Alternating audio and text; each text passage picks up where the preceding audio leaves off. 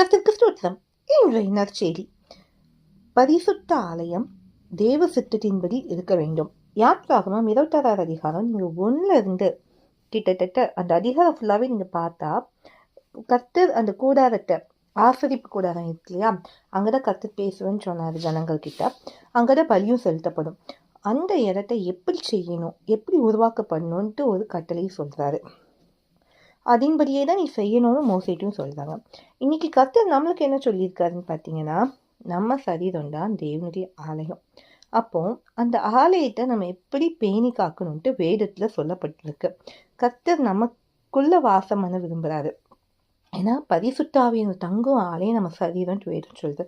ஏசப்பா நம்முடைய ரத்தத்தினால் மீட்டு எடுத்திருக்காரு நம்மள பாவத்துல இருந்து, இல்லையா? அப்போ இந்த பரிசுத்த ஸ்தலத்தை, இந்த பரிசுத்த சரீரத்தை நம்ம என்ன பண்ணணும்? பரிசுத்தமாய் பாதுகாக்கணும். அது நம்மளால முடியாது. ஆனா எப்ப முடியும் தெரியுமா? கர்த்தருக்கு நம்ம வாழ்க்கையில இடம் கொடுக்கும் போது. அன்னைக்கு ஆசரிப்பு கூடாரத்துல கர்த்தர் பேசினார் இல்லையா, எழுந்தருளினார். இன்னைக்கு நம்ம சரீரமாகிய ஆலயத்துல அவர் எழுந்தருளுன்னா நம்ம பரிசுத்தமா காத்துக்கொள்ளணும். இன்னைக்கு நம்ம சரீரம், ஆவி, ஆத்மா, சரீரம், சிந்தைகள் எப்படி இருக்கணும்னு கர்த்தருடைய வேதத்திற்கு வாழ்ந்து பாருங்க. கர்த்தர் நமக்குள் வாசமாய் இருப்பார். நம்முடைய சரீரத்தை பரிசுத்தமாய் பாதுகாப்பது தேவ சித்தமாய் இருக்கிறது. இதுவே செய்ய செய்தி. எனக்கு முடிந்தாகட்டும்.